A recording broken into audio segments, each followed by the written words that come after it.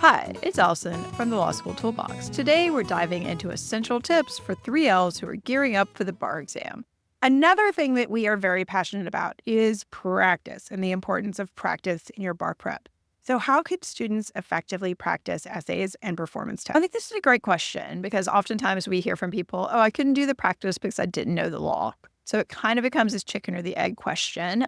We have actually created our Writing of the Week program where we give you the law and walk you through how to apply the law, and you do it with us to circumvent this question. I think you can also circumvent it in other ways. For example, there's no reason you can't do the question open book to start with, particularly if you're still a 3L. Like, nobody expects you to suddenly jump into a closed book timed essay. You have to work up to that. So, maybe your school has given you resources or classes, but you can also just go get a lot of these questions. I mean, a lot of them, depending on the state and jurisdiction, are floating around out there. We have our Brainy Bar Bank for the California and the UBE, where we've categorized them by topic or subtopic. I mean, this is actually even a great way that you can study as a law student. It's true.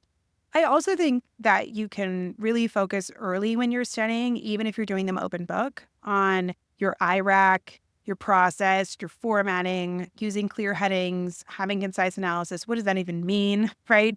Thinking about the time management piece of this, how you're going to mark up your scratch paper, all of that. All of those are kind of early test taking skills that you can absolutely work on while practicing, even if you're doing an open book. And the reason why this practice is so important is that we're testing legal analysis in theory on the bar exam, and you can only test that by practicing. You can't do that by listening to a lecture. That's not how it works.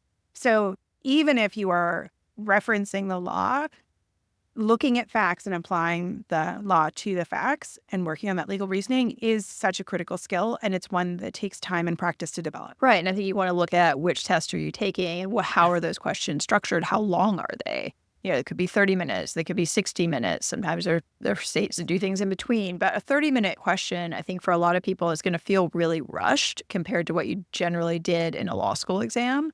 So that's also something where you just need to get used to that kind of, very focused, generally question.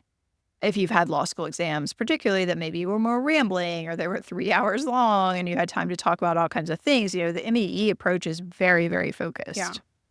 So no matter which bar you're sitting for and what the format of the bar, executing questions early in your bar prep is just going to help set you up for success. Right. And I think it's going to help put what you're learning in context too, because you need to think about, okay, if I'm learning this rule, you probably want to do it, element by element. So if it comes up on a question, you're ready to go with that, like, boop, boop, boop.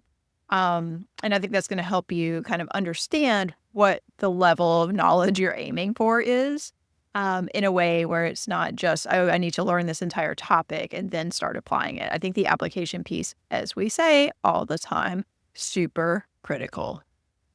Well, thanks for watching that one, and check out Bar Exam Toolbox if you want to reach out or learn more. Thanks for listening, and be sure to subscribe, like, and leave us a comment if you have any other questions you would like us to answer in future episodes.